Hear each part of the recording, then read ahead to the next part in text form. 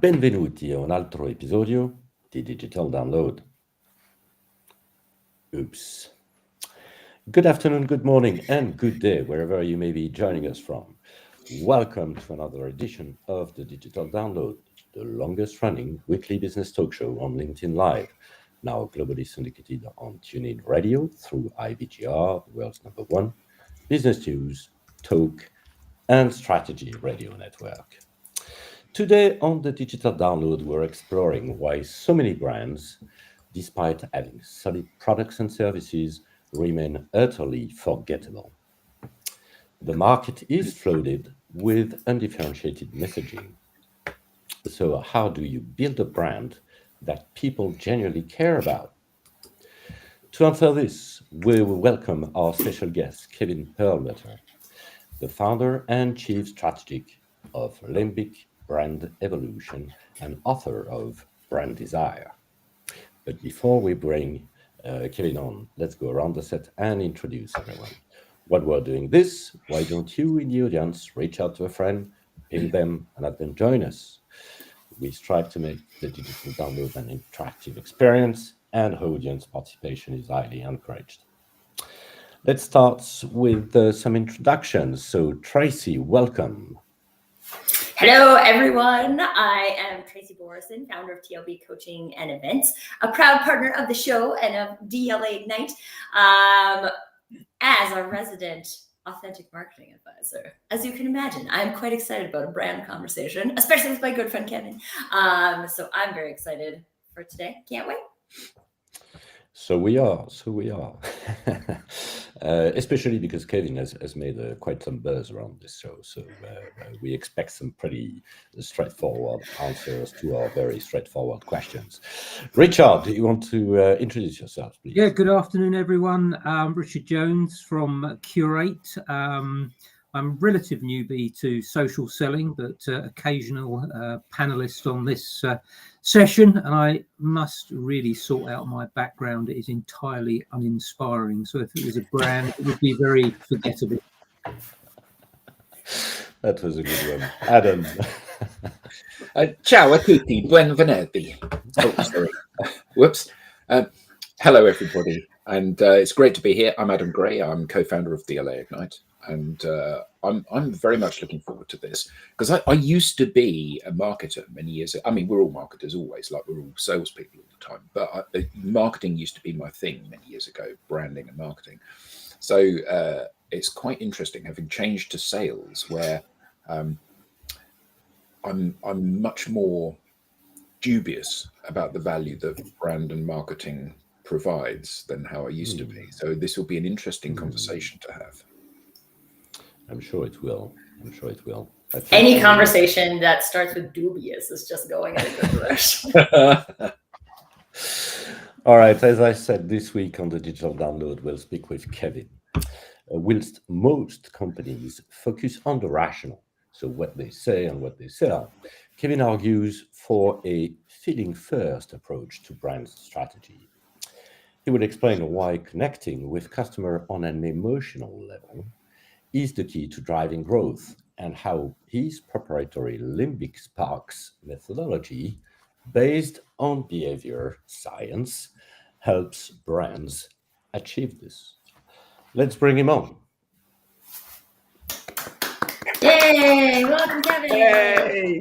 Thanks for having me in this wonderful group. It's amazing. Kevin, good morning. Good morning. Good afternoon to you. Welcome. Good early morning to Tracy. I come because the conversation is good.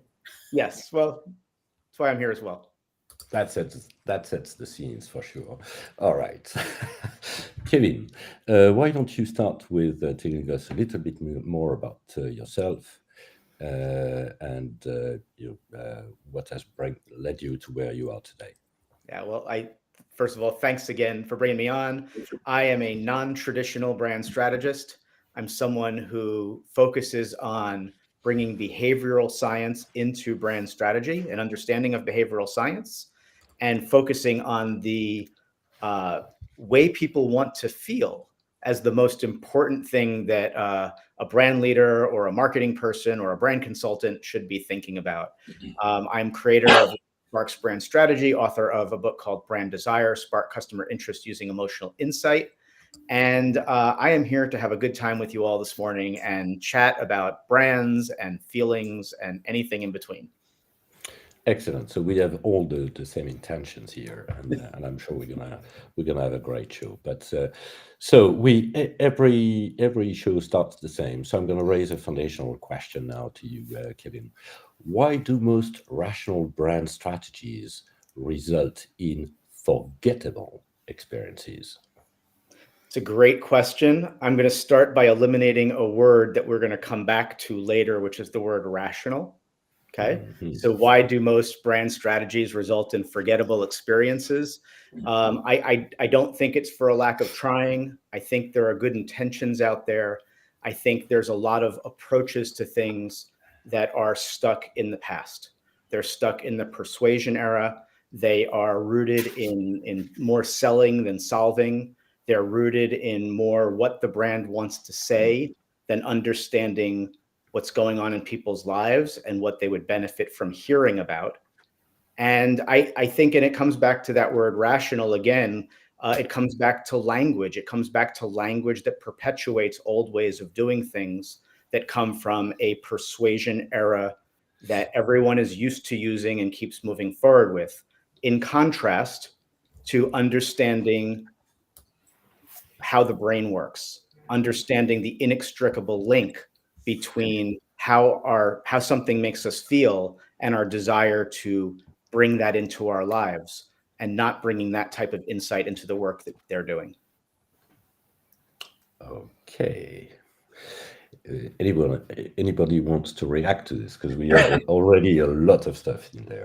I think dubious Adam wants to react to this. Yeah, I think that often in business, and particularly with marketing-based activities,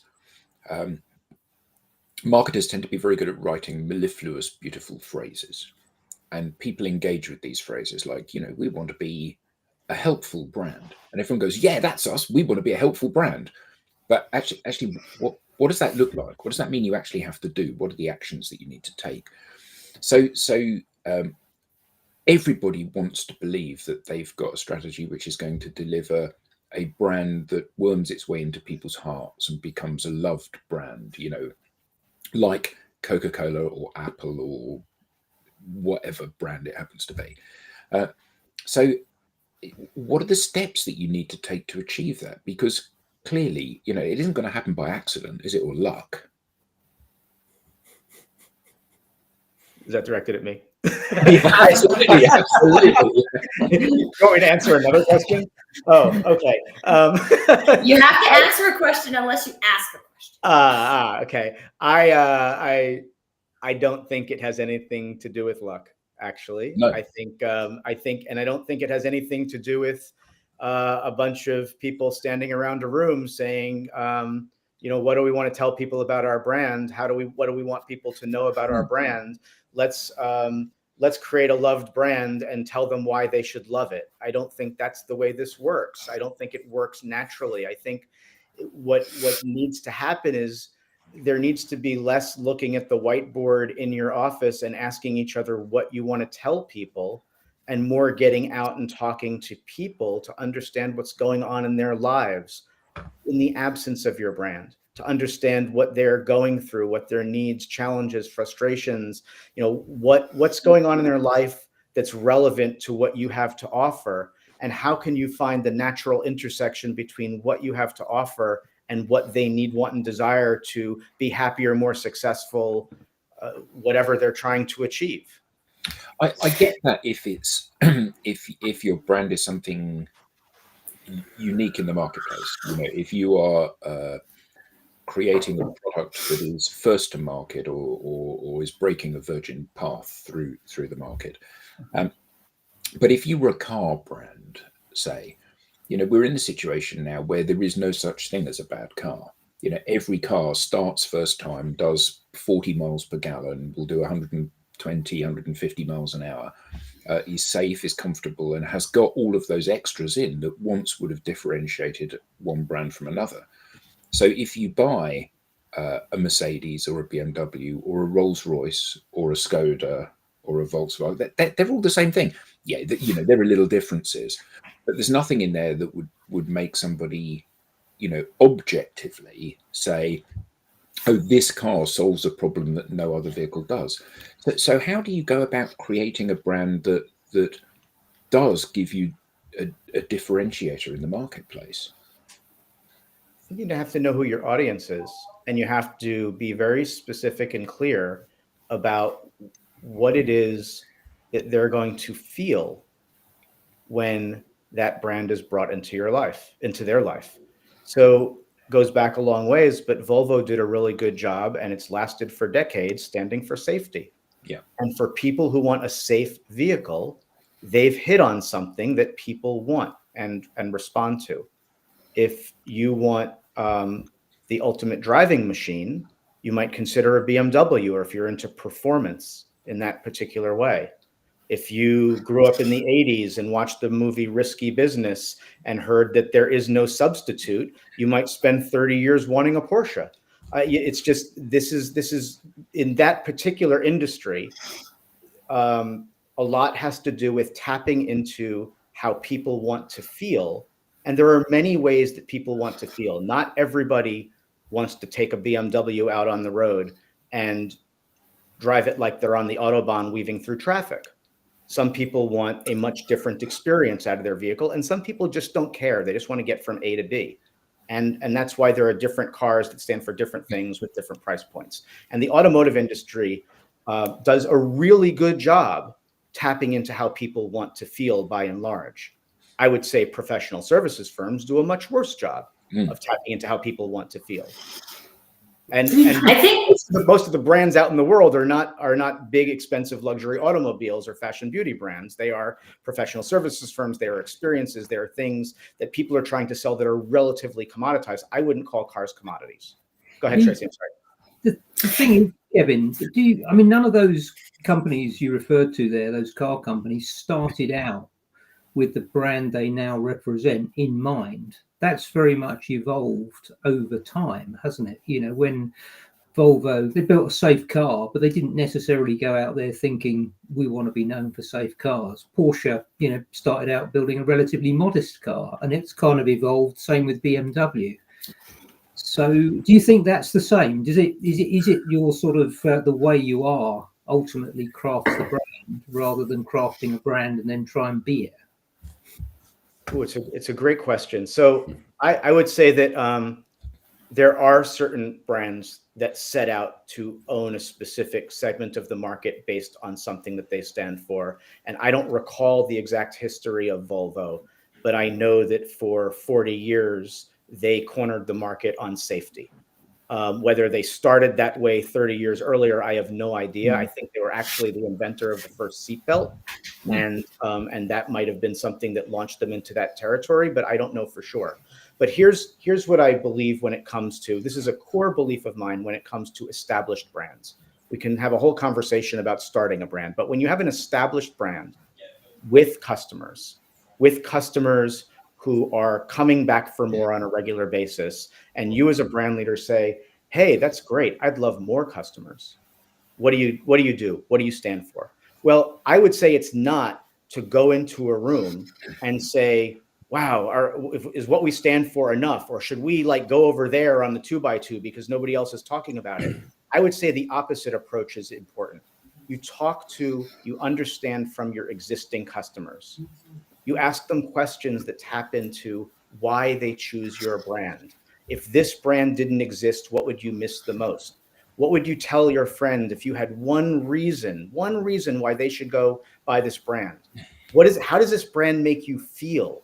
You understand this about your current customers, and then you can take that insight and turn it into the benefits that you stand for, because that's what you've heard in some form that is not only informative, but the common themes keep rising to the top, you have some confidence that your customers choose you for these reasons. And so, first of all, the one thing that I always do is I'm never going to create strategy without hearing from customers and looking for those common themes to understand why those current customers keep choosing this brand. But the second thing that I've observed time and time again, every single time, is those reasons aren't proof points. They're not these, quote, rational benefits that were brought up earlier. They are emotional benefits. They are the reasons. They're the things that people feel when they are brought into the world of this brand, and what they will miss the most if this brand went away. Yeah, I think that the thing that's really interesting to me is, unless you talk to the customers, there's so many reasons that somebody could be choosing a brand and guessing. And even in marketing, there's a lot of guess and test, right? So we'll be like, oh, we'll do an email campaign that tests whether or not people like us because of this or because of this, when like really you could just talk to a few customers and you could get a lot better data a lot faster. But like, I'm thinking about because we're talking about cars, I'm talking about my relationship with Mercedes, right? I got my first Mercedes because my dad believed that they were a safe car, right? So then that's what I believed because that's what he believed. And then my family and I started watching F1, and then like Mercedes became my favorite team. And now I have like a different input, which is actually marketing. There's tons of marketing that goes into F1. Like, this is the way I build a relationship with a brand. And that is not the way that every single person builds a relationship with a brand. And so when you have that, like you said, Kevin, proof point, like that one proof where like, oh, this is how Tracy does it. So that must be how every single person who's ever bought a Mercedes builds a relationship with my brand. And that's not true either. So there's a lot more to it in terms of like, okay, as that person is building that relationship that way, how does it make them feel? And the feeling is where this is why Kevin and I are friends. Like, that's where I feel like the alignment exists in that, like, I might do these things or interact with these marketing things, and this other person might interact with these marketing things. But at the end of the day, the feeling that we're desiring is the same. And the feeling I'm desiring isn't posted somewhere on my LinkedIn profile or in the data that Facebook collects about me. So you got to try harder than that. Mm-hmm. So Mary says hello. So good morning, Mary. Good morning, Maria. Good to see you today. I'd like to come back to something you said earlier, Kevin, about how do you make that happen? So you go and talk to your existing customers and try to understand why they've chosen you, basically. And I guess that's also a part of culture. So my question is, can you be completely different, especially if you want to reach people emotionally? Can you be completely different outside and inside? To clarify the question, you're talking about how brands make people feel in different parts of the world based on their culture? Is that the question? Yeah, I was more talking about, what is the part of your internal culture as an organization? Yes, I like that Sorry, question. that's my French. I like both questions. They're both great questions. We can go in different directions, but I'll stay inside for a second to go with where you were going. I believe that I believe strongly that your brand, it should be your beacon internally and externally. So if you put out there a brand promise or a brand idea or a tagline or like the ultimate driving machine or something like that. First of all, I believe that all brand ideas should. I believe that no brand idea should be an about us statement. There's no reason for a brand to say we do this. In the work that I do, I set very specific and narrower criteria for certain things than what's already out there. Because as I said before, there's a lot out there from the persuasion era that goes with a lot of language, like rational versus irrational, like proof points, like these types of unique selling proposition, all this language that's rooted in persuasion. But I believe there's language that you can put in place that actually steers you in the direction of the customer like the shared emotional motivation and defining a brand idea or tagline as a compelling brand benefit and invitation.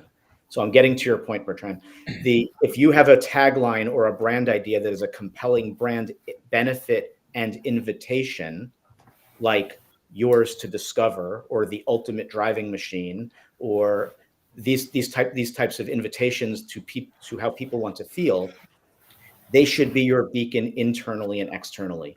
Externally, they draw people into an experience that feels like it was designed with them in mind, that they would probably crave if they thought about it in advance, and that sparks their interest and desire when they see it for the first time. It draws them in. But a line like that also creates a imperative internally to continue to deliver on that promise, because you're inviting somebody into something and you don't want to disappoint them. Brands can't hide, brands with good advertising can't hide their bad experiences. So you actually have to be true and authentic. You have to invite somebody into something that you've discovered your brand is really good at from the research you've done talking with customers about how they feel when they're with your brand. When you turn that into strategy, you're inviting somebody new into it on the outside. Internally, it becomes your beacon for what you're there to deliver. It's interesting, Kevin, you talk about strap lines. I've got a friend of mine, and he plays a game when he's on a long journey called Crap Lines, where he looks at trucks and the various sort of strap lines that they put to promote their brand, and some of them are truly awful. But obviously, it made me think about the sort of the tagline we tend to put on our LinkedIn profiles. And I know that Adam and the team are obviously very big on putting something on there that's interesting, and that, you know, certainly resonates when you say it needs to be sort of a benefit and an invite. But the norm seems to be put exactly what you do under your name, which seems to be completely at odds with what you're suggesting. It is, you know, we are designed to tell people what we want them to know, and it takes some insight and some energy and some going against what we believe might be the right thing to do to actually recognize. And this is the challenge. LinkedIn headlines are a good example, but this is the challenge we face in the entirety of the industry we're talking about, is that people sit in a company and they're like, this is what we need people to know. This is what we work so hard on. This is what we do. And we need people to know about it so they will come to get all the great things we're doing for them. And people don't necessarily respond to that as much as they respond to a benefit that feels relevant to them. And the only way to get to a benefit that feels relevant to them is to understand them better. Just doing it internally is a rough go. Yeah. Isn't this, though, a utopian view of how things should be? So, you know, we had Nike, let's say, be a good example of this. You know, founded by two guys in Seattle selling shoes they'd made out of the back of their car.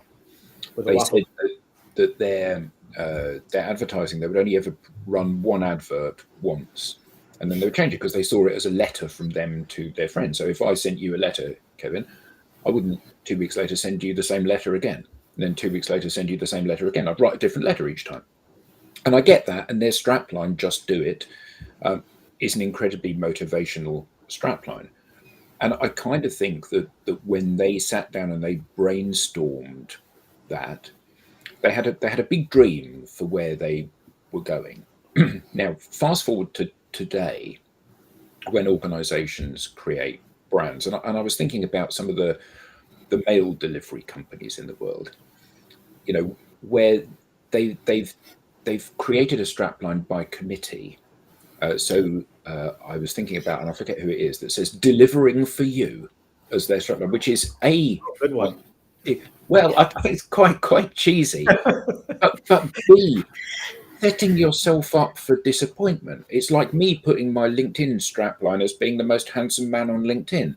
Well, clearly, when somebody clicks the link, they're going to face huge disappointment. Yeah, I mean, good advertising is not, can't be solved for bad experiences. So Ooh, Precisely. I wasn't making a commentary. No, it's fine. I'm old enough and clearly ugly enough to be able to.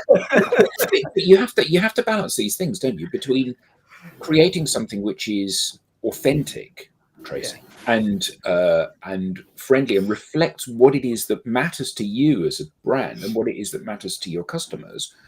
But equally, you can't say, BMW, the ultimate driving machine, would be a great example of this. No, it isn't. Just down the road, they've got Porsche, and then across the border into Italy, you've got Ferrari, Lamborghini, Maserati, all of which would say, well, we're much more of a driving machine than BMW. Not taking anything away from BMW as a good car, but it isn't the ultimate driving machine. Probably the best lager in the world, says it all. Yeah, probably not would be the response to that particular strapline. And I think that is it that brands and advertising and salespeople, truth has fallen out of that as a concept. You could say yes, because there are so many thousands of examples where it could be true that truth has fallen out. But just going back to the examples that you gave, the "we deliver for you" is an obvious about us statement stating something obvious that they're supposed to be doing anyway. There's no benefit for the customer other than they're going to do their job. Right. There's nothing there. Yeah. There's nothing there. I will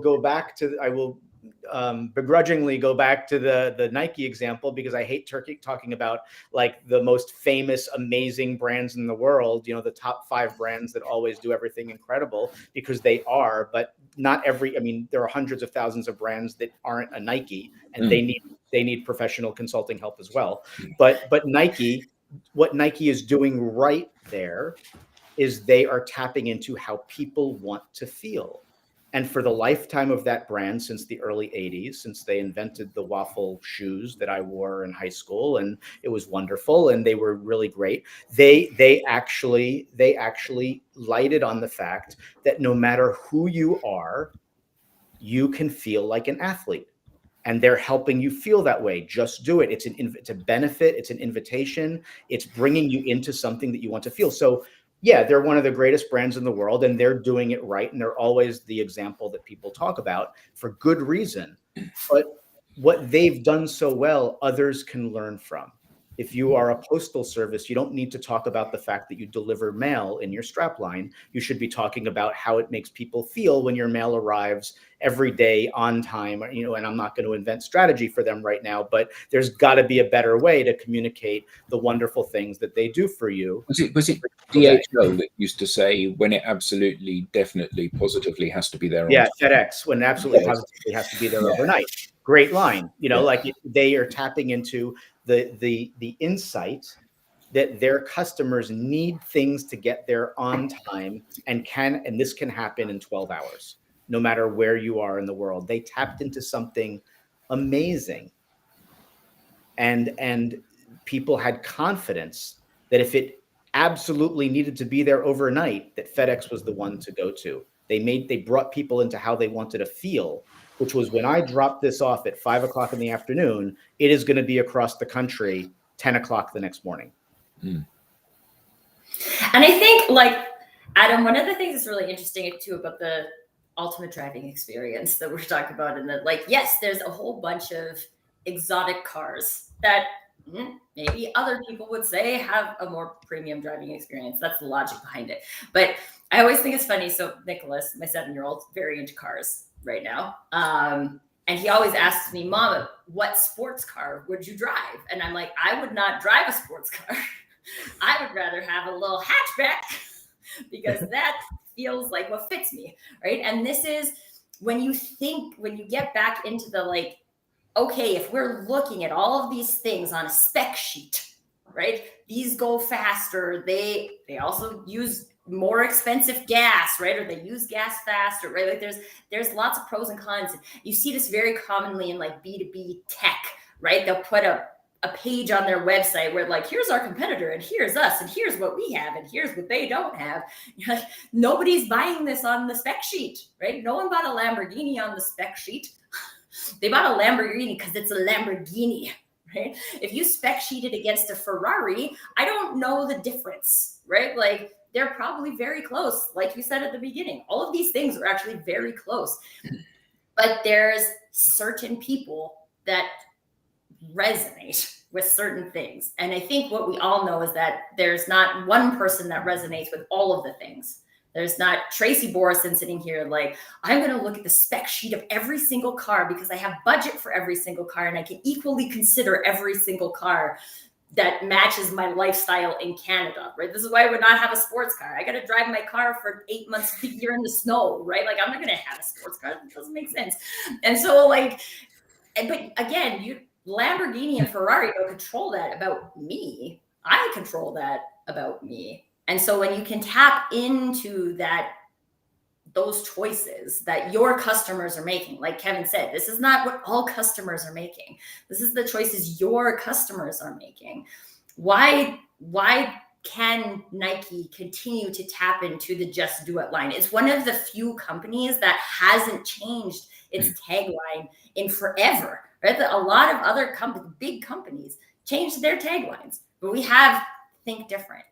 We have Just Do It. These are things that are an invitation that people are like, yeah, I do want to think differently. Yeah, I do want to just do it. I don't want to have like all of this reasons why I can't do it. I can do it. But that's not all people. Even all these quote unquote world's most successful brands, 100% of people don't buy Nike. Yeah, 100% of people don't buy Apple. I think Apple's still like 26% of the market share, right? Like this isn't about. It is more than 80% of the profit share of the smartphone market, though. So they've got that bit nailed. They did, yes. Revenue models are a different conversation. There's something. There's a Jim. Oh, sorry, Bertrand. Go ahead. No, there's something that I really wonder as well, and because I mean everything we say since the beginning of the show sounds reasonable, I would say. So why is the market doing exactly the opposite? So why are we only talking about exceptions while the vast majority keeps going for persuasion versus invitation? Do you have an idea on that? I think it's for a lack of knowing a better way. There's behavior. People resort to what they know, and that's where I feel there's a huge opportunity for people to change the way they do things, is if their minds are open up to the greater understanding we have now about how the brain works. There's been so much increased understanding of how the brain works and conversation about it from a niche to a mass level within our industry, yet nobody's changing the playbook. That's the problem. The playbook hasn't changed. So when you have people writing the creative brief and it says, what do we know about our audience? And they look around the office and they say, hey, what do we know about our audience? And they write it down on a piece of paper because they have to get the creative brief done. And it says, what's the unique selling proposition? What are we going to sell to them? They're going to write down that. What are the proof points? The words proof points, by and large, mean how are we going to prove to them that they should be going in this direction? So we have a language throughout the industry. We have templates for how to do things. We have people who have only done it this way, and it is somewhat risky to start doing things in a new way. And especially if you don't know what you're doing or even why you should be doing it, you won't do it in a new way if you don't know why you should be doing it. So what people can learn is that there are behavioral science principles that I discovered in the last 9 years ago, that led me to this kind of new thinking, to become a non-traditional brand strategist, to be someone who prioritizes emotional insight. Our emotional motivations are the driving forces behind our decisions and behaviors. So if from a scientific perspective, that is true. So then why would we not tap into people's emotional motivations and understand them before investing budget in how we present our brand? There's a behavioral science principle called approach avoidance motivation theory, which says that we gravitate naturally toward the things that make us feel good, and we resist and push away from the things that make us feel bad. So if that's the case, why would so many brands perpetuate brand experiences that make people feel horrible? It's good. It forces their customers to have this instinctive response that they don't want to have that experience again, and they will only do it begrudgingly if they have to until a better choice comes along. But by understanding these behavioral science principles and how the brain works, and aligning what you do and what your brand says and does to attract and retain customers with that understanding, you can be much more effective at what you're doing. But isn't the challenge for you and for us in what we do, isn't the challenge that the argument you make for this is irrefutably steeped in fact and proof, and you tell this to somebody and they say, absolutely, there's no argument that I can raise against what you just told me. However, and then there's the we can't do that right now. My boss is scared of that. Well, that's not how we do things in our industry, or whatever the argument is. And it's like the branding equivalent of no one ever got fired for using IBM. And it's a similar kind of thing, isn't it? Tracy's comment about, what we're going to do is we're going to send out a load of emails and we'll see which thing the clients click on. Yeah, actually, it's completely the wrong way of doing it. You need to understand what they want first. Yeah, but actually, let's just get the email out the door, shall we? Because it's one of my KPIs. And in order to change these, these are fundamental business operational issues, aren't they? And you have to replumb and remap how a business operates, and perhaps more importantly, how people measure their performance against those criteria and how they're compensated, in order to get this kind of thing to be, well, yeah, of course, obviously we need to do that. We need to talk about the customer. As long as we can get in a couple of lines about how our product is market leading and in the top right-hand quadrant, or whatever is the big thing they want to say. Well, I think that something that I think is really interesting when we get into this is like everything Kevin is talking about is human behavior and psychology, right? And when we extrapolate that to the way most people are doing things, humans follow their patterns. Right? It's very difficult to pattern interrupt. And so what we're actually talking about here today is a pattern interrupt for most marketers or most marketing departments. And so then we're also looking at an associated behavior change. We have 20 years, 30 years, 40 years in some scenarios where people are just like, this is the way we do it. And if I'm going to come in as a brand strategist, I can't just be like, here's the right way to do it, guys. And they're like, yep, logic says that's the right way to do it. But I'm also dealing with 40 years of habits that will not allow me to do that. Those habits will more likely allow me, and I think we've talked about this on another show, to convince myself that what I'm doing is working. Convince myself that what I'm doing is that, right? So then really the challenge for these non-traditional brand strategists is to help people move through that journey to, in a safe scenario, see this isn't doing that though. And like, how can we have enough self-awareness as individuals to be able to say like, well, shoot, that isn't doing it. And I do want to do that. So now I need to adjust my behavior on a marketing point of view before I can even address changing my behavior towards the market. So we have Maya, who says this. One thing that changed my marketing approach from brand desire was starting with the reason to care instead of USP or reason to believe. But any comments on that? Kevin, I'll maybe? comment and say thank you, Maria, for reading Brand Desire. Thank you so much. I'll open it up to others for comment on that. I could come back if somebody has. There was something that was coming up to my mind as we were saying, what makes the reality is that the shift that Tracy and Kevin, you were talking about, basically from, again, I'll summarize this from persuasion to invitation, is very scary. Must be very scary. Must feel very scary for most of our audience, because otherwise, it would be the rule.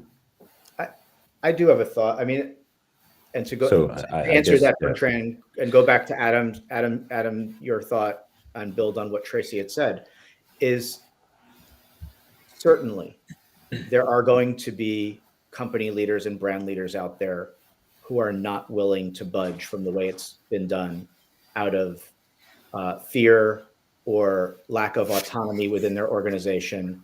But I would say that by and large, it's just a lack of understanding of another way forward.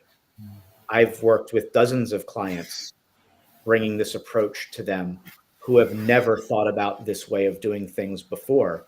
And as you started, Adam, when you hear about this, it makes logical sense. So when they hear it, they're like, well, let's give that a go. That seems to be worthwhile. Let's see what you come back with. Because what do you have to lose by changing the way you go about marketing if all you're doing is better understanding your customers before you make decisions on how to invest your marketing dollars?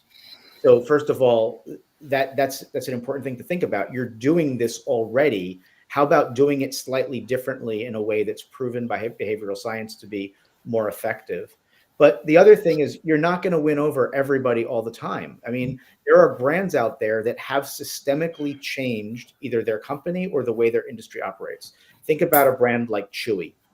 Chewy, I don't know if you guys get Chewy in well, I'm the only one in the US here. So does anybody Chewy as a brand? No. Okay. Chewy is a brand. It's an online brand that distributes pet food and other pet supplies. And they have fundamentally changed the dynamic of online selling for their products and services that completely appeal to what their customers care about. They are incredibly in tune with the mindset of a pet owner, and they go out of their way to provide a customer experience that caters to what pet owners would respond well to. And when I raise the question, whether it's in a LinkedIn post with a question or in other formats, where I say, what brand has made you feel like you never wanted to leave your life or your experience? What's a brand experience that keeps you coming back for more? I get a lot of people volunteer Chewy as a brand. There are other brands out there who have done this. Zappos, Warby Parker. These are brands that have fundamentally said, we are going to change the way we operate as a company to prioritize customer understanding and helping them feel the way they want to feel. And they have earned business and loyalty as a result. So I buy the argument 100% that this is difficult to do for some people and for some organizations, but I don't buy the argument that that's the reason why you shouldn't do it. Oh, absolutely not. I mean, I think it's like in what we do, it's your job to evangelize this to as many people as possible, because these seeds that you plant may well lead to them changing their behavior at some point down the road. But in my travels, I see an awful lot of companies that many of these even large companies, many of these fundamental building blocks are not in place as you ideally would like them to be. So like you talk about your customers, a huge number of companies that I see don't really understand who their customers are. And they're so scared of putting up a scaffold around what they do that drives people that are not ideal away and attracts people that are ideal to them, because whether it's greed or lack of confidence, they don't want to drive people away. So, you know, we've got this moisturizer that is perfect for women from 20 to 50, but actually 15-year-olds and 60-year-olds can use it as well, and men can use it as well. And so basically, actually anyone that's got $1 can buy our product. Well, actually that's fundamentally unattractive to everybody. But I think that so many times brands fail to see what it is, as you said, fail to see what it is that their customers love about them. And we all know that, you know, when you go onto Facebook and you look at something and it says, "Are you alive? Click here." That's very unattractive. If it says, "Are you old and bald and wear glasses? Click here," then I can't help myself but click on the link, because it seems like it's talking specifically to me. Yeah. And I think But I think lack of kind of bravery to say, okay, that's what I'm looking for. I think there's another layer here too on what you're sharing, Adam, on the difference between segmenting people based on how they want to feel and segmenting people on their demographic profile. Yeah. Because not all bald men with glasses have a desire to feel the same thing. Maybe, and when we jump to that assumption, that is also where it becomes very dangerous. But it's very difficult. It's very difficult to view those less obvious things, isn't it? And actually, what I meant to say earlier was your point, Kevin, about how the behavioral science. You know, every sales leader in the world will tell you that people buy. What is it? They make the decision with their heart, and then they justify it with their head. The decision that they're going to spend, which absolutely is what you said. You know, it's about There's some truth to that. There's some truth to that. Yeah. When you invite people into an experience with a brand benefit and invitation, with a tagline, a strapline, I have no belief that alone is going to get people to buy something. But it's how you stand apart. It's how you invite them into something so that they can. And you know, oftentimes we say, you know, the reason I'm going to buy that is because I want to. And then you've got a big list of things that you then argue with people. Okay, well, I bought it because of this, and this. And actually, that's not why you bought it. You bought it because you really wanted to buy it. And I think that's true for both consumer and business to business products. People buy in that way. Yet it often isn't kind of reflected in how companies go to market. Yes. So, I mean, I have a question for you all. You all posed the question to me about how do we get people to buy into this behavioral science rooted approach. I mean, I'm going to ask you all the question. What do you think it takes to convince people that this is the way to go, and maybe convincing people is actually the wrong approach? I was going to say, wait a minute.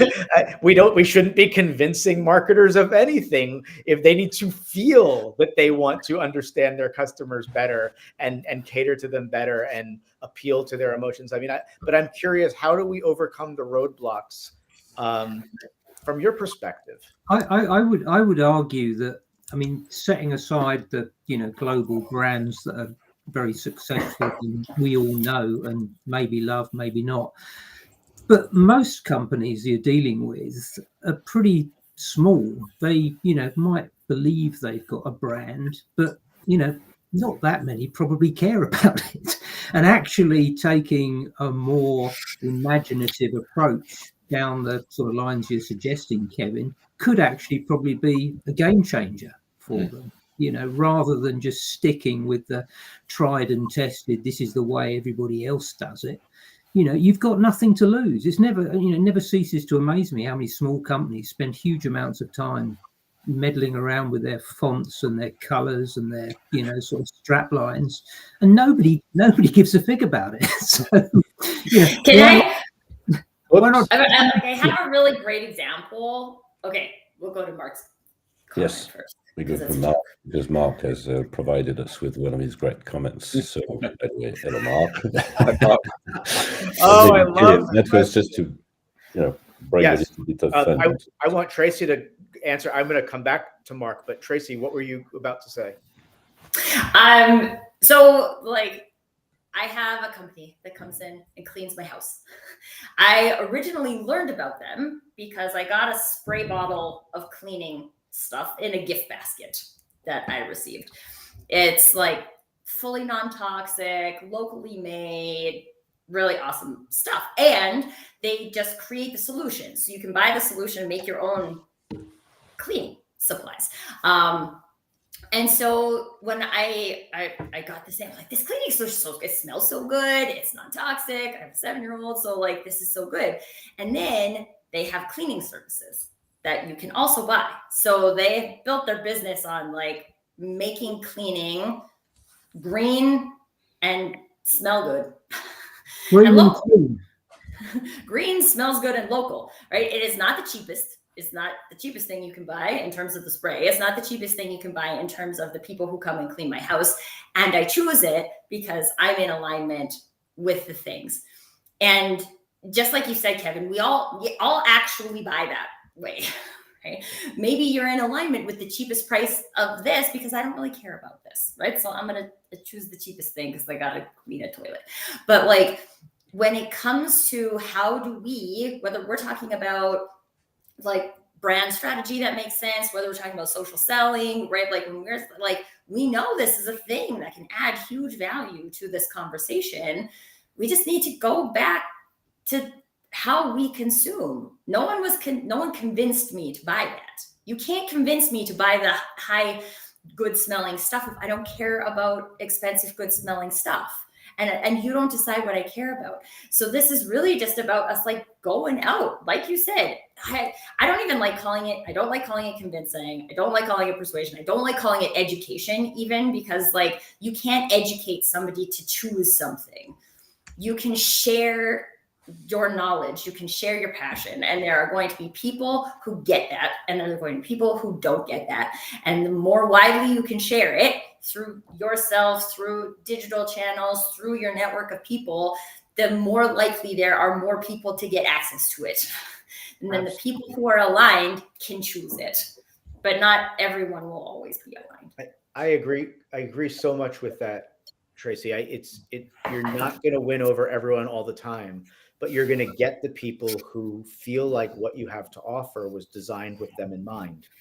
Right. And the only way you get there with scale is to understand the people you're trying to reach, and to then design something with them in mind, so that when they encounter it, it feels like a perfect fit. That's what we're going for here. It's about a brand experience being purposefully, rationally designed, rationally, using the definition of rational, that's about doing things strategically and with thought and with purpose, for someone, so that they feel not irrationally, but intrinsically like they want to bring it into their life because it's going to make them feel good. That's an important thing that you can do. Now, to get back to Mark's question, which is very relevant to this topic, which was, how do I feel better on a Monday morning? The first thing you need to do is define what is it that you want to feel on a Monday morning, and then design that morning to help you feel that way. So if you want to feel energized, perhaps that means you go for a run. Perhaps that means you put the right music in your headset when you start your morning.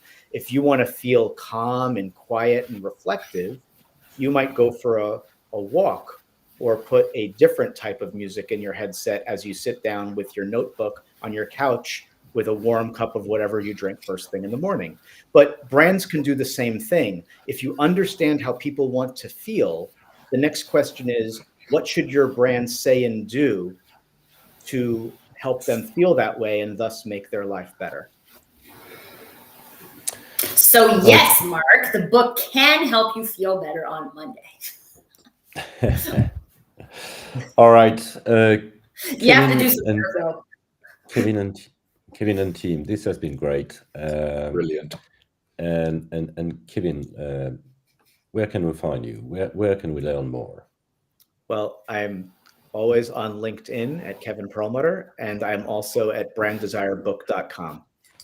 My company is Limbic Brand Evolution, and branddesirebook.com takes you to a page on that same website. So everything I do is there as well. Brand Desire Book helps you understand what the book is all about and where you can find it. Excellent. Well, thank you very much. I have to close this with a rule, which is now we now have a newsletter, and you must know that.